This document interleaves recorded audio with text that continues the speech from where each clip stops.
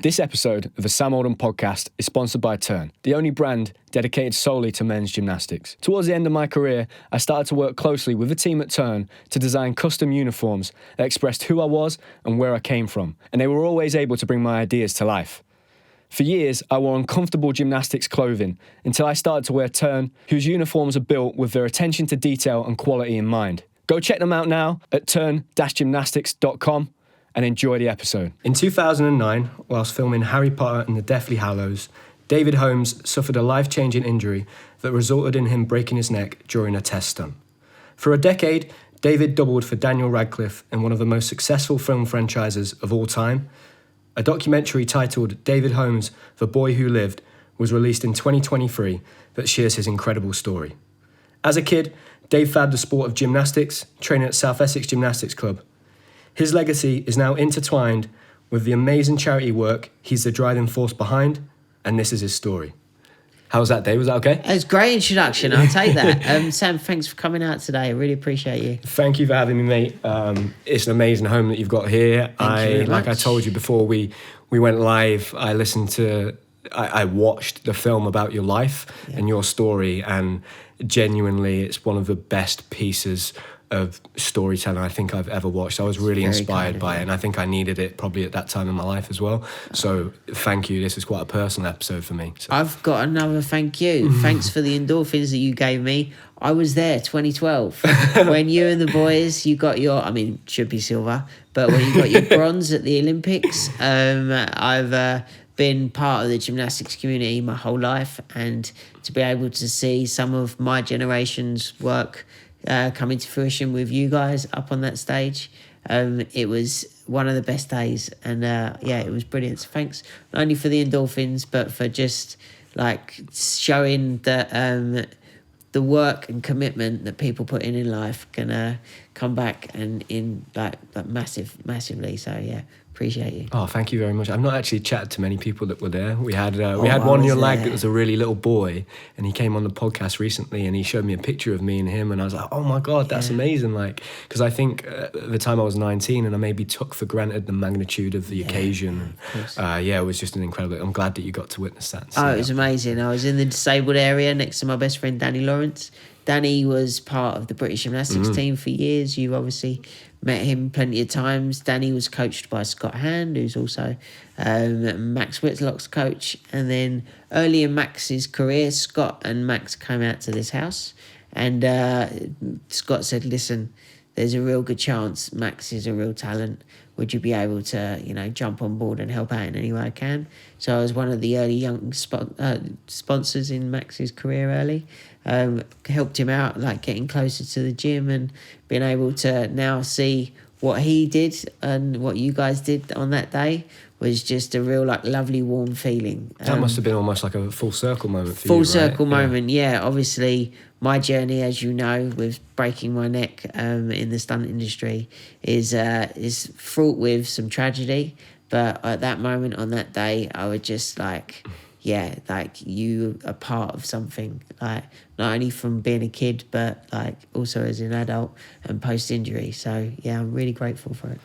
Dave, I want to start with just firstly, because when was the documentary filmed? At what point in time was that? How long ago was that? So 2019. So quite a while ago, right? Yeah. It was. We mapped it over time. We was trying to get it with mine and Dan's schedule. And funnily enough, just in 2019, I went for some surgeries. I'm going through a journey of neurological decline, which is mapped in the documentary.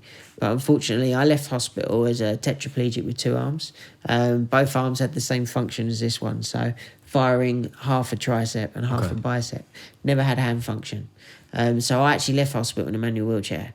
Now, in 2019, April the 14th, I had to give up pushing a manual chair because of the degradation in the muscle and skeletal structure on this side of my body.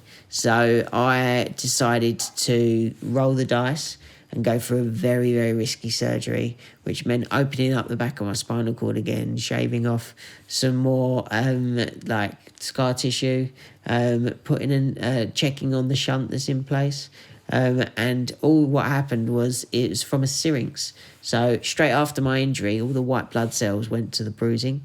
They got trapped in my spinal cord, so back in 2009, and then they started to core up to the base of my skull. I was just about to exit hospital and they said, you're going to go for another surgery again. After all the physio that I'd gone through for months and the rehabilitation, I was just about to go and then started noticing some changes. Right. And so went for the surgery, they put a shunt in.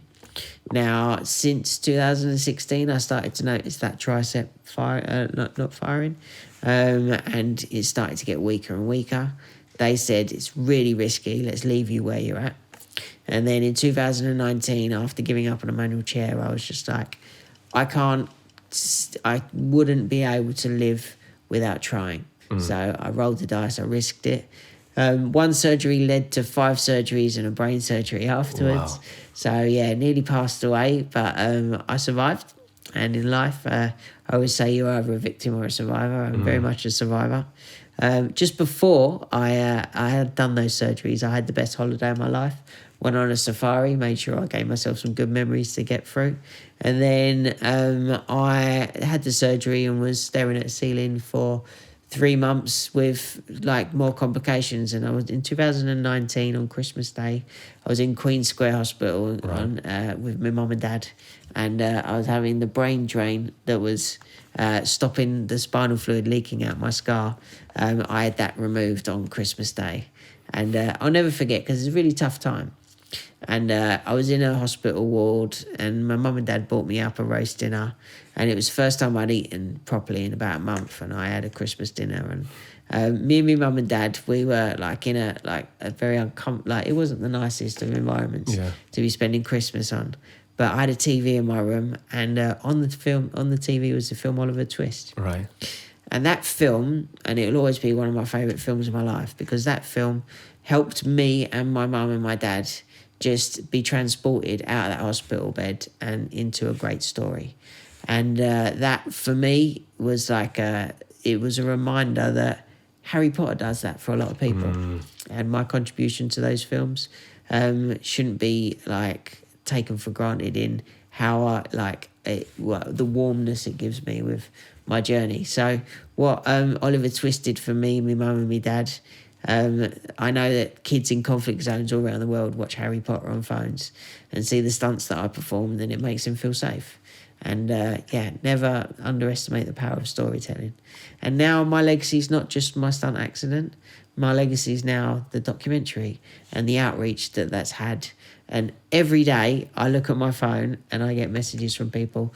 Like this morning, I just got off of a flight, watched your documentary, and oh my God, I cried, I laughed, and now I've got a new perspective on the challenges that I face in my own life.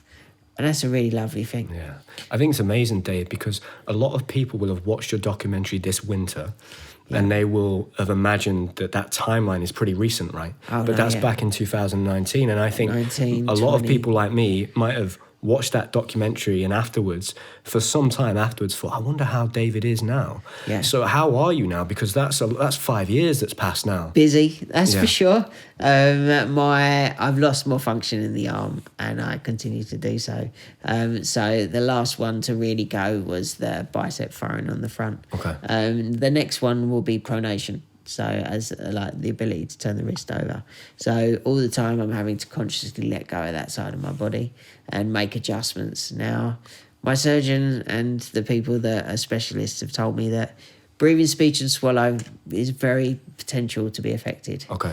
So I choose to fight and to not just sit back and be that victim, and I'm pushing against that. So I mentioned to you earlier, I've been working with a breath hold expert and just having like the sense of breath, and I'd encourage everybody to learn to breathe properly, diaphragmatically, focus some time in your day to just it takes all of the other external forces away when you're just bringing it down to breath.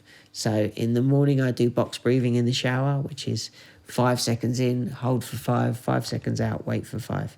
If you get good at it, you can get up to 8, you can get up to 12 seconds. Now, I do that in a very, very hot room, which spikes my heart rate, makes me feel uncomfortable. And then not only that, I do underwater breath holds, and my record is 4 minutes 25. That, because you told me that before we went on the air, and that blew my mind. That's incredible, 4 minutes 25. I don't have intercostal muscles, right? So I'm only breathing from my diaphragm. So, and training that means it's stronger, so my cough will be like aided. So if I get, God forbid, touch wood, get bad chest infection, all of those things that are really like life, risky for me, I push against. All of those efforts you're taking there, Dave, to do the breath work, to do the holding your breath underwater, you told me in a steam room you do the box breathing. Yeah. Do you believe that has slowed down the deterioration of what's going on? Or? I can't answer that. Yeah, because that's a difficult question to answer, because that's a difficult question. But I believe what it's done for my mental state has been like tenfold. I believe life begins outside your comfort zone, and we learn that as gymnasts. You don't get anything out of life, out of the sport, out of your body, unless you're willing to put the hard work in. And that motto, you're cheating on yourself, that coaches give us, that applies to all aspects of your life. So, God, what a gift the sport is. It's incredible, right? It really is. And fear management is a great story that, and I'm just about to be published in the New York Times because they asked me to write an essay about what we do with fear.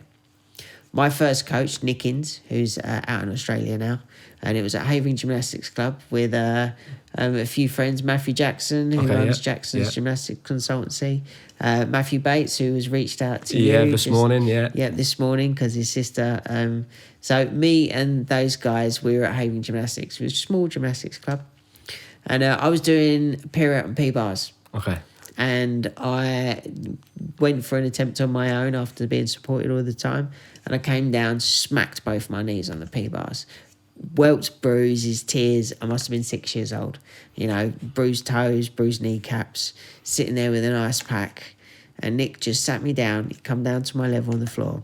And he said, do you know what? If you don't get up and try this again now, you'll forever be scared of it. And I got up and I did it. And I was a clean pirouette. And after that, the endorphins of overcoming the fear, the pain stopped. And that was my first lesson in saying that, fear is an emotion that you can channel and you can use. And I was able to apply that to a professional environment as a stuntman. And I did some pretty crazy things as a stuntman. Let's take it back to the gymnastics, Dave. What role did gymnastics play in your early life? It was not only one of the greatest, what was it? Like childcare. That is for my mum. She had 3 boys. My mum and dad were both working parents, and mum was working in Sainsbury's stacking shelves overnight to pay for our gymnastics. But she found that it was a great way to channel her energy. And I'm only small, 5'1", so it really plays to the sport. Yeah. And as a small child, it really is beneficial. Obviously, there's always the conversations: does it stunt your growth and all that lot? But I was then able to use the pent up energy and apply it and focus. And where I wasn't so good academically, and it's not like I'm not smart, I just couldn't be sat down. Okay. I was a human being that had to move for my brain to be working, and you are probably the same.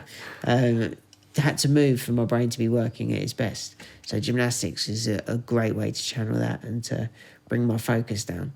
In gymnastics now, as it exists, Dave, in 2024, there's a possibility to have a career, right, in the sport. Yeah. Do you feel like if that had existed in the community of gymnastics in 2000, 2001, potentially you might have looked at staying in gymnastics and going down the traditional route? I would have done, but I was actually brought in as a stunt double on the film Lost in Space, 1997. Right. And Jeff Hewitt-Davis, who was my coach at South Essex Gymnastics Club, Jeff is a stunt coordinator and a stuntman, and he got a phone call from Greg asking for 5 gymnasts to come down.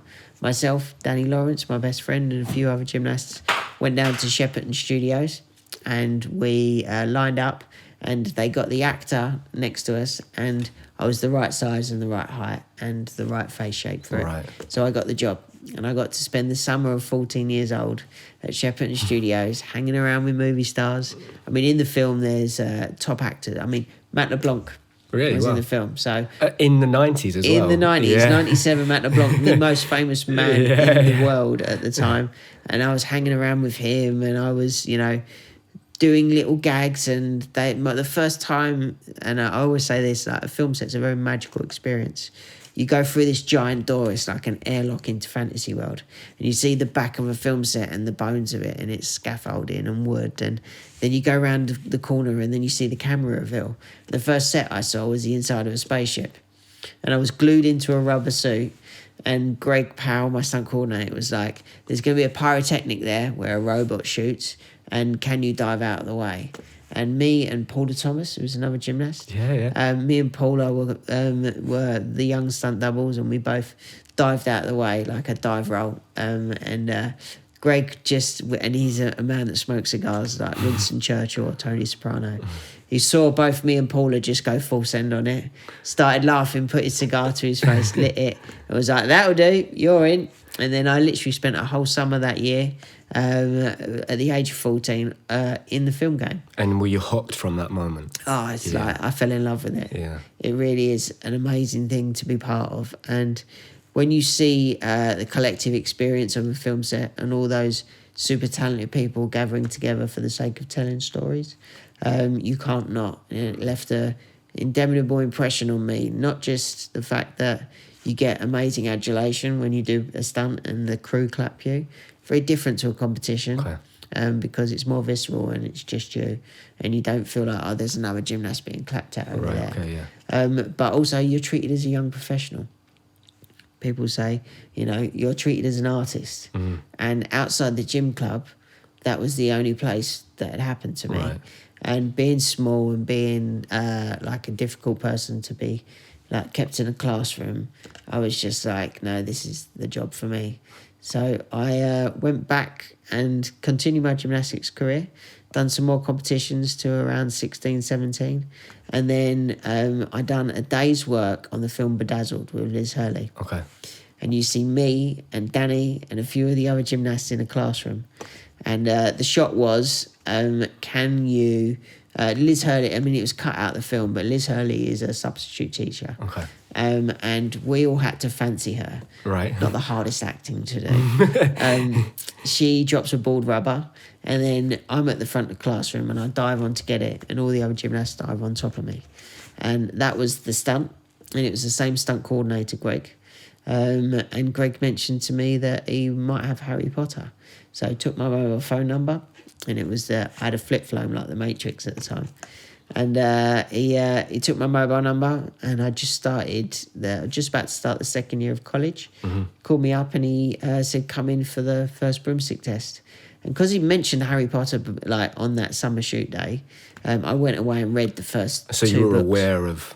Yeah. Yeah. And then I'm called into the studios, and they had a pole arm, so just like this microphone. Imagine this bit's the broomstick, and then you've got a centre point there, and then a weight box at the end. Right. That centre point was then glued to it, like bolted to the chassis of a truck. Okay. And then they drove that truck down the runway at Leavesden Studios, and I was sitting on the pole arm, and the director, Chris Columbus, was sitting on the back of the truck looking down a camera lens. And he was like, and someone had gifted me a cloak. Okay. We drove the truck at like 30, 40 mile an hour, and I was skidding my feet on, and the pole arm was going up and down, and I was reaching for snitches and dodging quaffles, and I was really in it. And, we all like to fly as gymnasts, right? Yeah. And I was able to apply sort of that performance from gymnastics to performing as a stunt like double. And that's when I got the job as lead young adult stunt double on the Harry Potter films. Talk about that relationship, Dave, between Greg, your stunt coordinator, and the club at South Essex, because I remember growing up and hearing about kids that had gone on to be extras in films, and even now there are kids at South Essex that have been in the new Matilda film. Like that relationship do they almost see the gym club as like it's almost like I mean, gymnastics, an academy for stuntmen, right? It does, because stunt women. Gymnastics, you're directed. you're directed by your coach and you apply that to the discipline you're trying to learn. You're able to take your coach's guidance and break it down, and that's where it plays into being in a film set or being under pressure on stage or whatever. So you are a performer regardless of whether you think or not. Your performance is sort of built into you as part of the DNA of being a gymnast. You perform in competitions, you perform in training during the gym. So it really plays onto itself. Now, there's a few other sports that are like sort of lead into the stunt industry. Okay. One of those, horse riding. Right. Some of them are like driving. But gymnastics, my disciplines, so to be a qualified stuntman in the UK, you need 6 sports to a national competition level. Really? Yeah. Wow. So you have to. So my disciplines are gymnastics, trampolining, high diving, 10 meters, kickboxing, horse riding, swimming. How is that judged, Dave? So there's a gymnastics test. Okay. And Jeff actually said, "Listen, I'm not going to do each discipline. You're going to put all the disciplines together, and I'm going to judge you as a routine." Okay. So I had to do a floor routine, a high bar routine, P-bar routine. Right. And all of the disciplines are. National competition level is probably a push for gymnastics, but you still have to sort of do muscle up start on P-bars. You still have to do round off backflip somersault. You still have to do a vault. You'll have to do you still have to do double leg circles on a pommel horse. So you've got to have done some amount of training to be able to do that, right? You've got it, yeah. So most people that haven't got a gymnastics bringing up start from scratch. And do they struggle? Is it Big easier time. to start off with that base of gymnastics? Oh, yeah. Right, okay. And I found that gymnastics, trampoline and high diving, I pretty much had all of them straight away. Okay, right. You put me on a 10-metre board, and because I'm not scared. Yeah. The first session, like out of the 15 dives or 20 dives you have to do, I think I'd done half of them on the first session. Right, okay. Yeah, because I was just go up there. Yeah. Back somersault, front somersault, 1.5, front dive, half twist. And funny, some of the divers that I met would see some of the dives that we were doing. They were like, "No, we wouldn't do that." Really? Yeah, like a front dive half twist off of a 10-metre platform. You have to really slow the rotation down. Yeah. Whereas most divers would like to do 2 somersaults, half twist, spot where it is, and go in. You're almost a little naive because you don't really appreciate what you're doing. It's a bit like if in my gym at Nottingham, we're very lucky. It's a brilliant gym. There's loads of foam pits. But if a group of kids come that haven't got a foam pit, they're then doing crazy stuff into the pit because they don't understand really like the danger. Yeah, the safety net. It's funny enough at South Essex in the old club, I used to climb up the rafters and then shimmy across the RSJ on the top. And then, you're talking still 8 metres high. And then, like, do a donkey kick and then double back and 2.5 back into the foam pit. And whenever the coaches weren't watching, I was like, straight up, do it again. Adrenaline, it's a great drug. What is the creative process like when you're on a film like that, you're 17, you're starting Harry Potter? Is it the director coming to you guys, David, and saying, or Greg, and saying, look, this is the scene, this is what we want the actors double to do? Yeah. Do you then go away and come up with that? How does that work? I think that's be quite interesting. Excuse me. The director and the storyboards will show what needs to be done. Stunt department then go away, do stunt rehearsals, whether that's a wire stunt or a broomstick test, and then we will rehearse it down so all of the risk is taken out as much as possible. And then a stunt needs to be able to be performed more than once. Back in the day, before digital, we had celluloid. So, they're rolling film in cameras. So sometimes the camera will have a malfunction and you'll be required to do the stunt again. And that's why stunt work, you need to take as much risk out of it as possible so you can perform it twice. So, and there is always an inherent risk of stunt work, and there always will be. And there always needs to be a human element. In the advent of visual effects, they still need human references.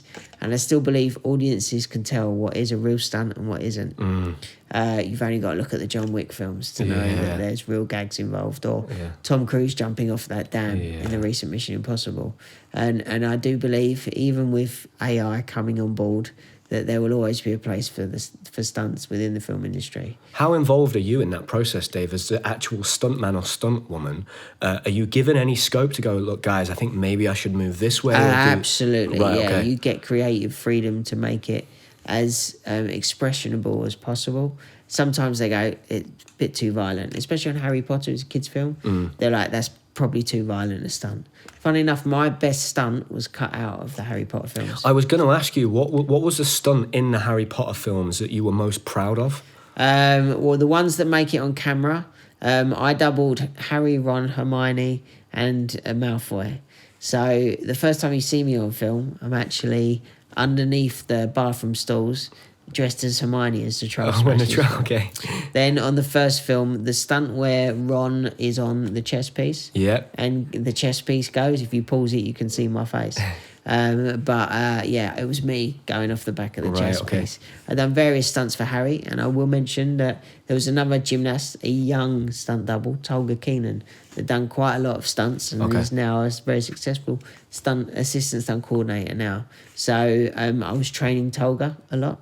And then I also was Dan's PE coach. Right. So twice a week, 3 times a week, Dan would come to the stunt department. I'd shut the stunt stores. We had crash mats, trampoline, like rubber swords, boxing stuff, and we would play. Yeah. We would just play, and being a young coach that I was when I wasn't training for like the younger generation like you do, I just applied that coaching to Daniel. So, and a good stunt double tries to enhance the physical abilities of the person that they're doubling. Right. Not only map the way they walk and the way they move, but give them more skill sets so they can actually do stuff on camera. Now, you've only got to see Dan's physicality today, and I take great pride in my contribution to what he's capable of doing. So do you work very closely with the person you're doubling? Always, yeah. Right, okay. Always. You really build up. You've got to build that, and that relationship is important. Yeah, big time. Very important. Sometimes they say, can Dan do that? Well, I need to know what his physical capabilities are to do that. Is the preference always for the actor to do the stunt when possible? There's a line. There's a line where you go, is that insurable? If they get hurt, are they going to be taken out and not able to film? And, you know, they were kids at the end of the day at the first couple of films.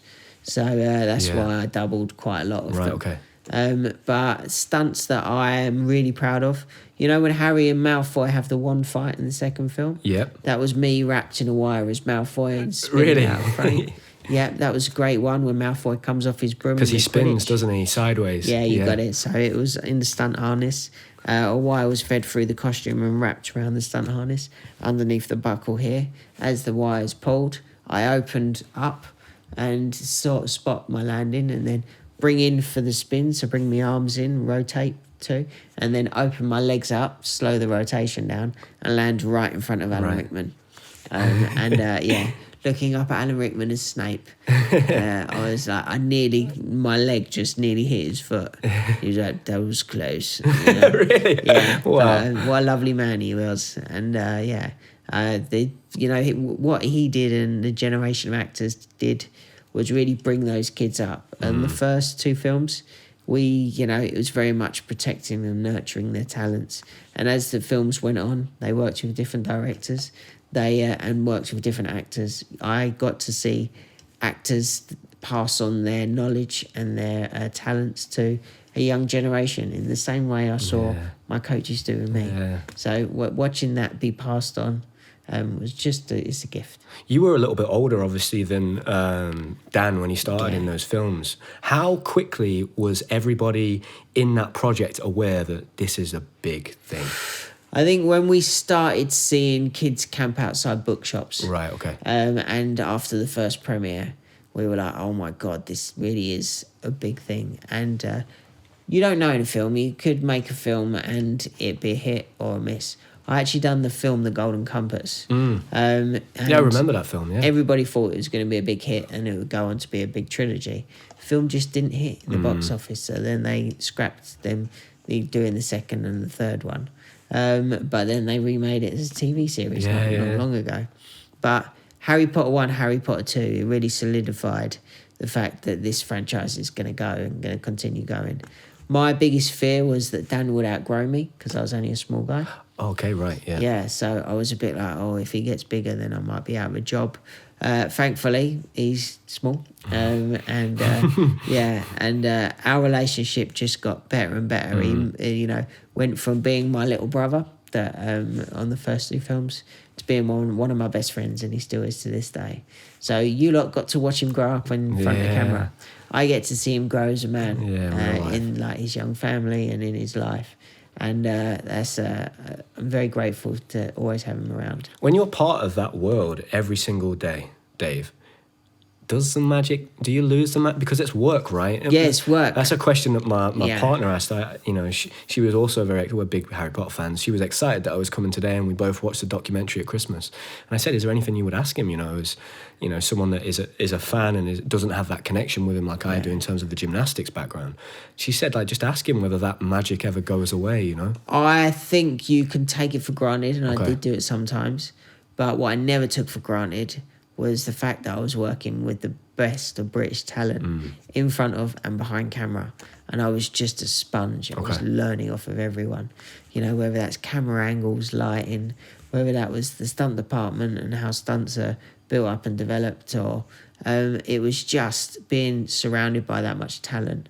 You can't not be humbled and be thankful that you're working with such great people. And not only that, you walk on the Great Hall set, it's... you walk on any of the sets when they're lit for shooting, you can't not just be like, wow, this is really impressive. So sometimes took it for granted, but a lot of the time, no. I mean, we had a zoo where you had all the birds and animals. So sometimes Greg would bring in a guest and I'd take them to the creature effects department and see Hagrid's head used to move with a remote control. Or I would take them to birds and animals and, sit with a golden eagle on my arm, or, watch them do certain training techniques with some of the dogs like Fang.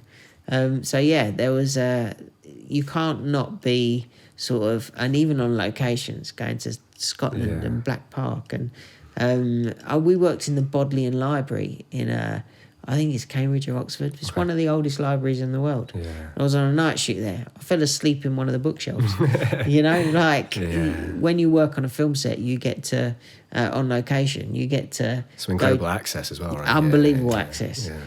So just to be in that environment and to have that access, it's just very special. One of the things that struck me watching the documentary, Dave, was that I think it's Jim Carrey once said, I wish everybody could be famous for a day to realise they don't want to be famous. Yeah. And it felt to me like watching you and your friend Mark and the lives that you led, you were getting to be Harry Potter without the fame. That's the gift of being a stunt double. What is it? Is that how you would describe it as well? Yeah, it's definitely a gift. Being famous comes with pressure. You are constantly under the lens.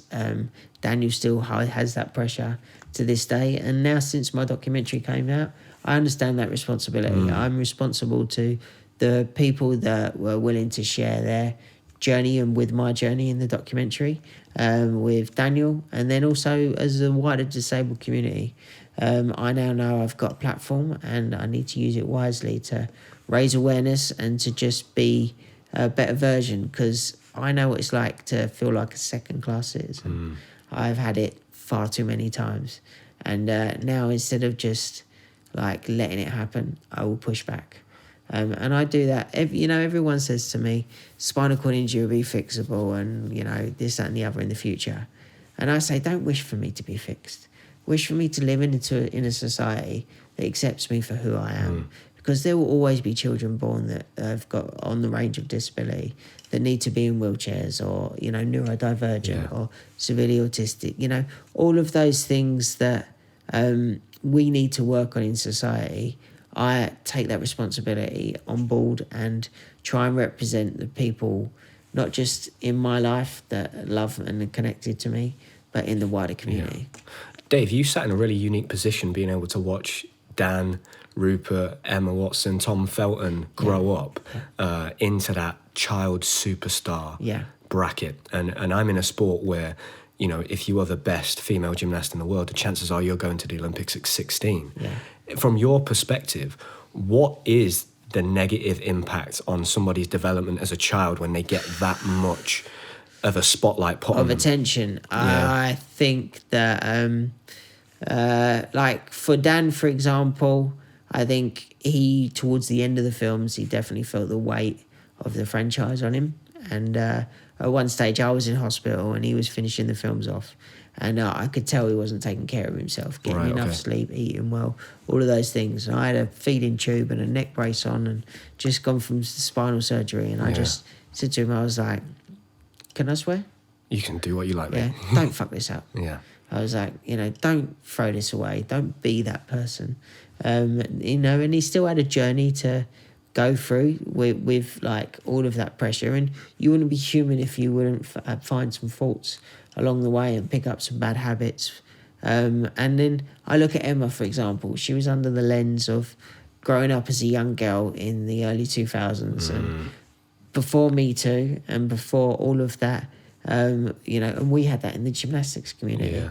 Before we realised that the pressures we put on young women and the values that we instinct on what they look like in their bodies, it's actually detrimental for society in general. So I'd say Emma's under different pressure. Yeah. And I always say that her journey was a very unique one. And like with Dan, Rupert, Emma, Joe, everyone involved in the franchise, they're all willing to stand up for the things that they believe in. And I'm really proud of all of them. Yeah. And do you think that was just that community around them as well, that they obviously missed out on having a normal childhood, but it takes a village to raise someone, right? Absolutely, so it takes a village. That's where they got their morals and their principles came from, all those amazing peoples and that group they were around. We formed this lovely unit, like a family unit, and the continuity of the same crew quite a lot of the time throughout the films really helped with them feel safe in the professional environment. I definitely think that story, it takes a village, that saying. Well, it takes a village to recover from a spinal injury. Yeah. And I have a very large village of love around me, whether that's my family, my friends. You've met Tommy, who looks after me upstairs. Incredible guy. He's one of my best friends, and it takes like a village to suffer to live with and continue to do so, spinal cord injury. So I'm very lucky to have all the love in my life that I do.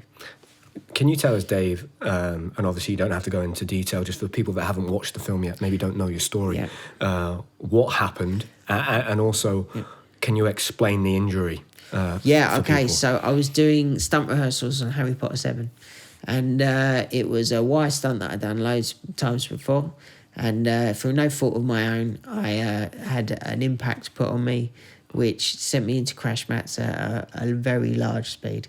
My chest folded into my nose and my spinal cord had separated at the C6, C7 vertebrae, just about here, instantly paralysing me. And then I went into Watford General Hospital and then Stanmore Royal Orthopaedic Hospital on the spinal ward, and then had 8 months of rehabilitation, then a complication with some surgeries. And so I suffered a devastating spinal cord injury. It changed my life at that moment. And it was the point in my life, and I'll always say this, breaking my neck made a man of me. I was living a carefree life and I was pretty invincible. All the stunts and the gags that I did, not just on Harry Potter, but all the other films that I worked on. I was able to channel my fear into a professional environment, and I lived a really cool life, and I was really fortunate. And then that moment changed everything for me and everyone around me. And it was a real moment of growth, and just like Harry, had to grow up quick. Yeah, that conversation on the film that the interviewer is having with your mom, where she talks about that anger that she's harbouring, and that conversation you had with her, where you said, "Look, my life's been ruined. Why would I want to?" How long did it take you to get to that point, Dave? Very quickly. Really? Yeah. Right. Excuse me. That's all right. Take time, mate. So, if you rebuild a life on the foundation of hate and blame, you're going to spend your life being that victim and seeing everything through that lens. There's a place for anger, and for me it's in physiotherapy. Okay. And in like channeling it through my breath holds now. But I've never been that person. Okay. I've always been like a person that tries to give love and receive love and be open to all things. And I think that's probably one of my gifts, is that the foundation from my family, the lessons from the men that loved me to be, and I'm talking my first gymnast coach, Nick, and then Jeff Hewitt-Davis, and all my other peers in the gymnastics club, and my friends, a lot of people really, but the people in the stunt industry, they really gave me their time. And we're living in a society now where young boys, there's a big void, and they're finding silly YouTube stars to base what they think masculinity is from, when we've eroded what is masculinity in society. I'd always say, for me, masculinity is, are you accountable for yourself and your actions? And going forwards, we should be very mindful that, hate and blame is definitely something that's part of all of us, and we can easily go to an other or an enemy. But you've got to realise the person you're hurting the most when doing that is yourself. Yeah. How difficult is it, Dave, when an accident like that happens and you almost become the catalyst for change? Because I imagine after that, lots of regulations probably came in place, right? Yeah. And how difficult is it to be, like, I'm the person that had to happen to, for now people are making changes. Does that make sense? I do see that, and I'm thankful that despite my hardships, that there is that change for the young stunt performers coming up. There's better working communication, better safety nets in place, different wire techniques altogether. The technique that resulted in my accident is just not used anymore. Okay. It's not allowed to be used in giant, big studio pictures. I mean, it's still done in other countries, but not anymore in our country. So that's a great catalyst for change. And again, turning a negative into a positive, that's always been my gift. And I continue to live by that motto every day. It's hard. Yeah. It's hard to hold the weight of my head. It's hard to let go of one side of my body. But am I going to sit there? And some days it's unsustainable to not feel sorry for yourself. Yeah. But it's easy for us to just, for me, my body says, just stay in bed, take the easy day. Well, I'm just not going to do that. In the last 15 years, I've spent one of them in bed. And there's only so many ceilings you can stare at. And thankfully, I can find solace in film and TV. Great storytelling can take you out of the difficult times that you are going through and give you a sense of hope. And like what my documentary is doing for people around the world right now. Yeah. I'm just glad that my legacy is not me hitting that wall anymore and that change, but also my legacy now is the documentary and the audience that it's finding and the hope that it's portraying. Now, I haven't seen it. I'm not one that looks backwards, especially on my journey. I know that right now it's a good way to protect my mental health and to keep pushing forwards. And there might be a time I get in a bed and don't get out of it. Yeah. Not many people have the luxury of a HBO documentary to look back on themselves at a time in their life where they still had hope and optimism, not just for themselves, but humanity in general. So, when I'm ready, I'll watch it. But right now, other things to do. Yeah. I feel embarrassed asking you this, Dave, in a way, but I had a very serious injury to my left ankle when I was 21. Don't soften the blow. It happened at the Commonwealth Games. It was live on TV. Yeah, I completely ruptured all the ligaments in my left ankle.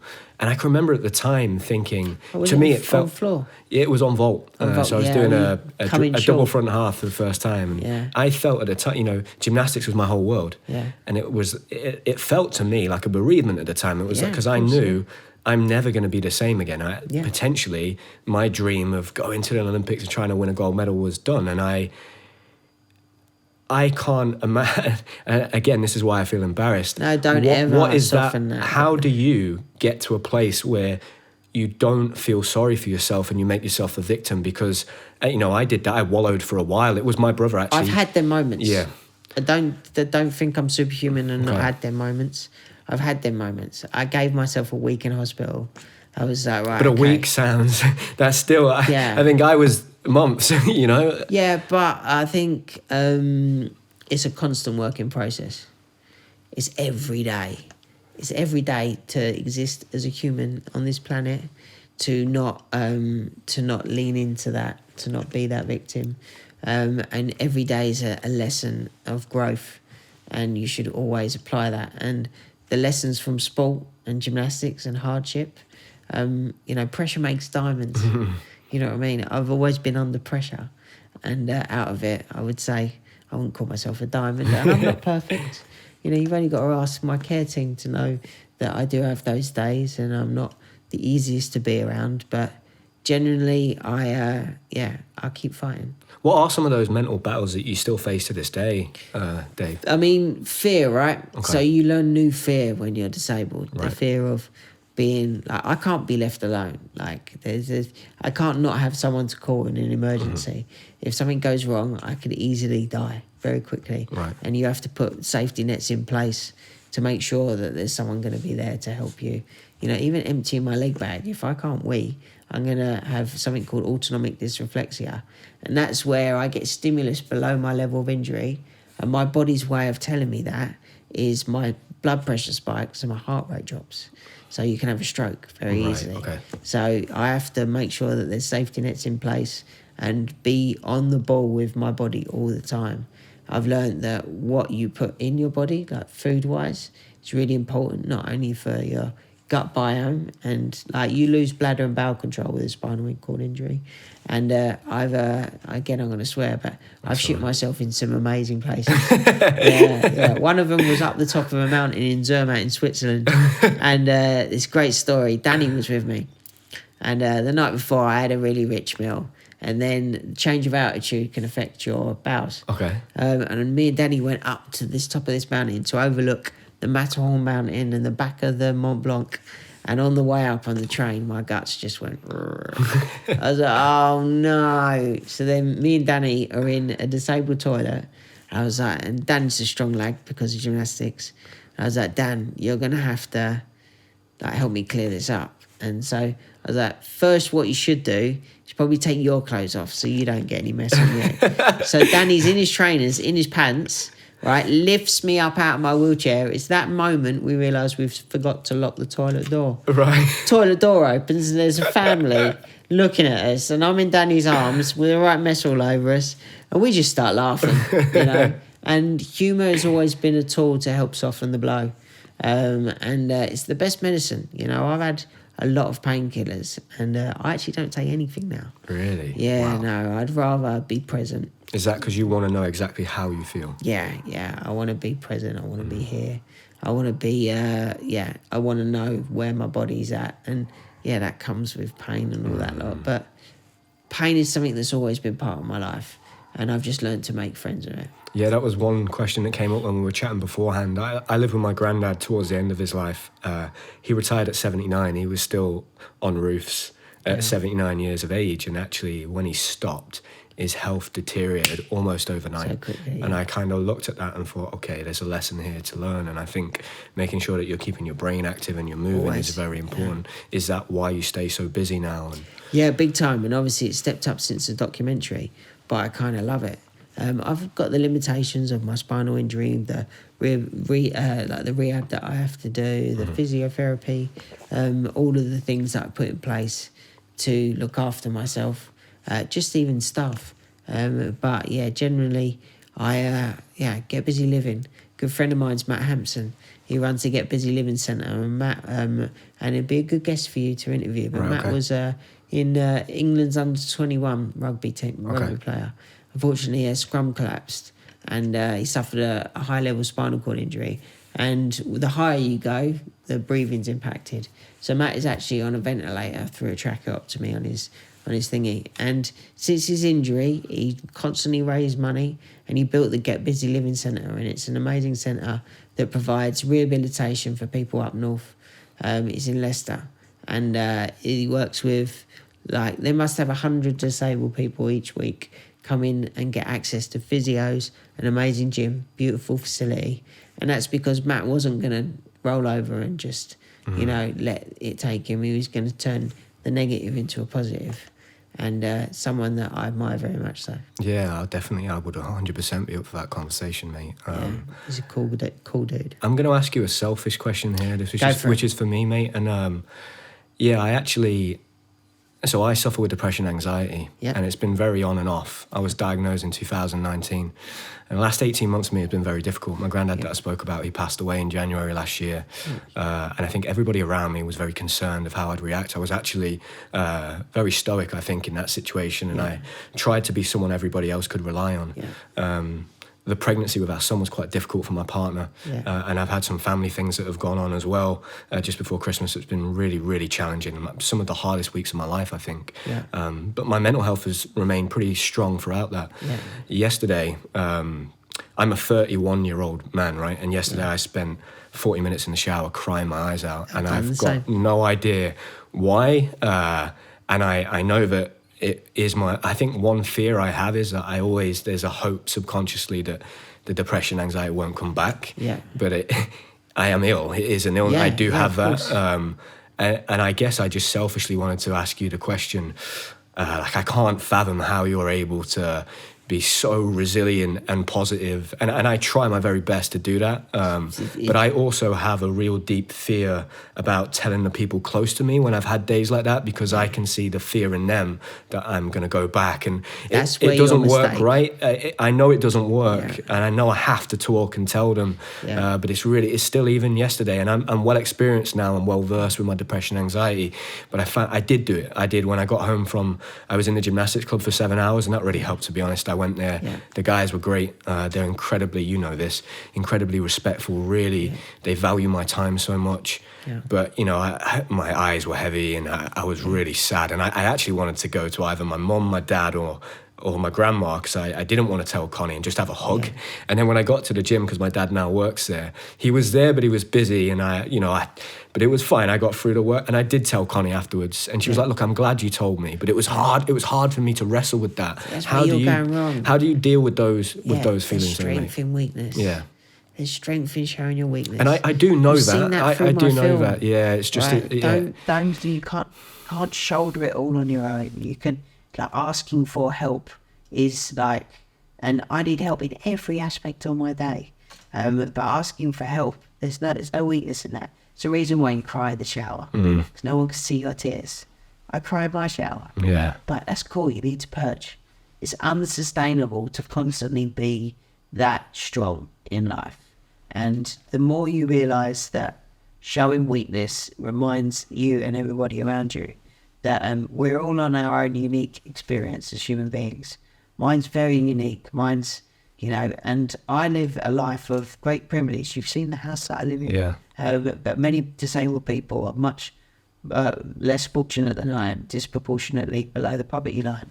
There's wheelchair I'm sitting in is 15,000 quid. The cushion that I'm sitting on is 800 quid.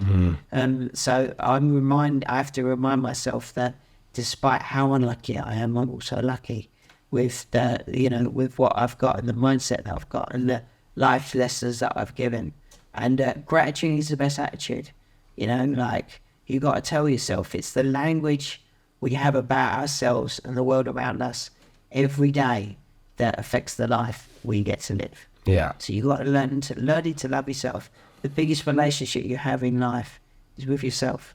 It's hard, right? Because I know my life's great, and there are times where I'm like, I know it is. I just have sometimes I have this pain in me that it's hard, and look, I have to manage that. And healthy strategies, tailoring it. Breathing, exercise, good dietary health, love, affection, like seeing. You've got a young child in your life, and you're going to learn that you'll see your own journey in life through your baby. Now, I won't have the luxury of raising children, but whenever I'm around children, they get my time because I'm reminded of the gift that we've given, which is life, and that you got to make your peace with that. It's going to take things away. It's going to take your life eventually. But on that journey, it will take the life of your loved ones and your parents and your grandparents. And, you're going to lose certain physical abilities and you're going to pick up injuries and all that lot. Now, I know that lesson the marvellous way at 25. But I know that lesson's ongoing, especially my journey of neurological decline. Lessons every single day for me. I wake up, how is my body feeling? What is the slight difference of nerve sensation? you know, and don't ever like think that you're weak because you're, you know, depression. I've been in deep parts. I've been in the trenches. But it's in the trenches we find out who we really are. And knowing that you should always look for that day that it will come, and faith that day will come. You know, like the sun will shine. Yeah. You know what I mean? It's never going to always be grey and dark. And you've been on an aeroplane, right? Yeah. Just fly high enough, the sun's always there. Yeah. Despite how bad the day is. And find solace in art, like friends, love. And the more you're open to sharing what you would see as a man as weakness, it's not weakness, it's strength. And I know that just from putting my film out there. Now, I'm not ready to watch it yet. Yeah. But I'm still every day receiving those amazing messages that, you know, whose life it's touched. And that's encouraging me to keep pushing on. Well, I do my best to reach, to actively look for perspective, and I think that's what your film gave me a lot of, mate, to be honest. It's helped me a lot, so thank you for that. See in the gymnasts that you're coaching. Yeah. They leave your training sessions a better person when they came. Mm-hmm. Don't belittle that. Don't not acknowledge that, and be grateful that you're able to do that.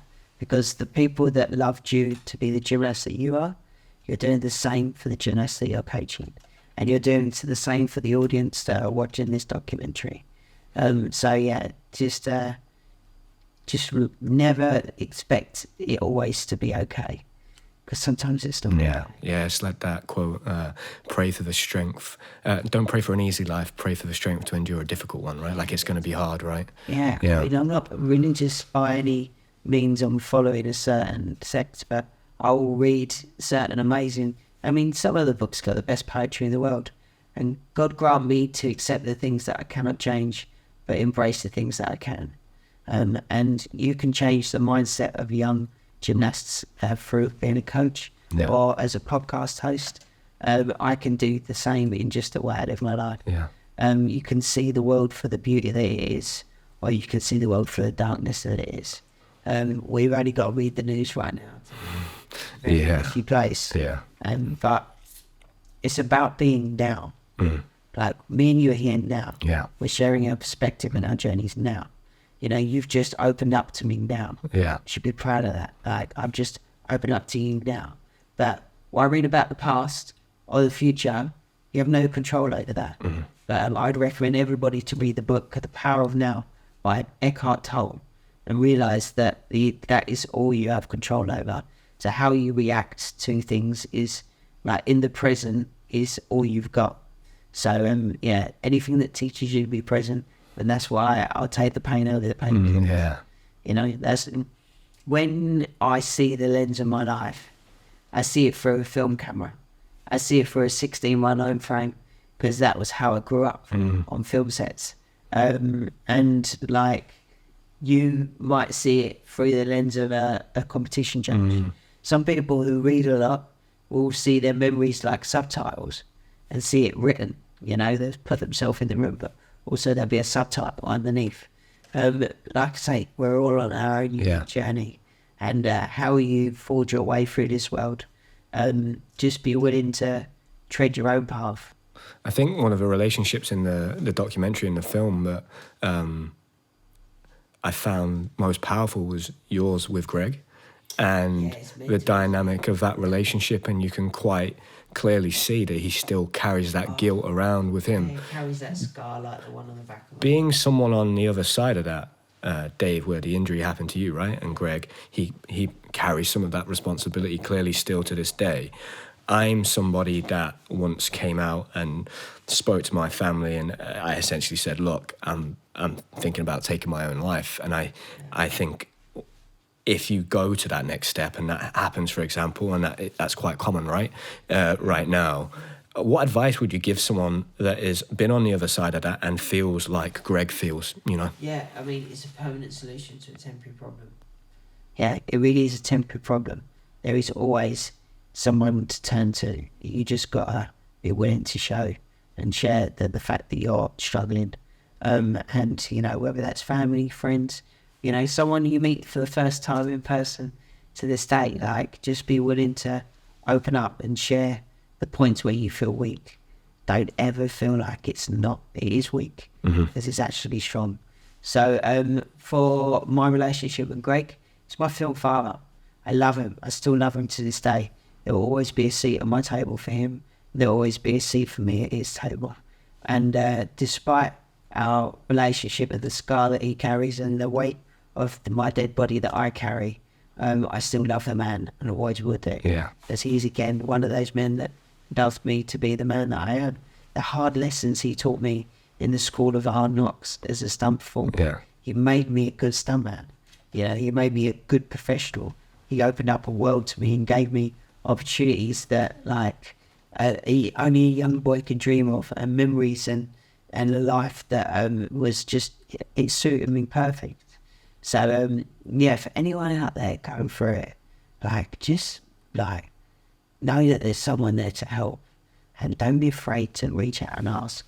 And in society, we've been given the gift of the internet, where we can all answer every question, and it's supposed to connect us more, but it's made us all more lonely. Yeah. Like an iPhone, you sit there reading the news about terrible things happening every day, and you might be doing it on the toilet seat. Yeah. But just remind yourself that you're defecating into drinkable water. Most people don't have that luxury.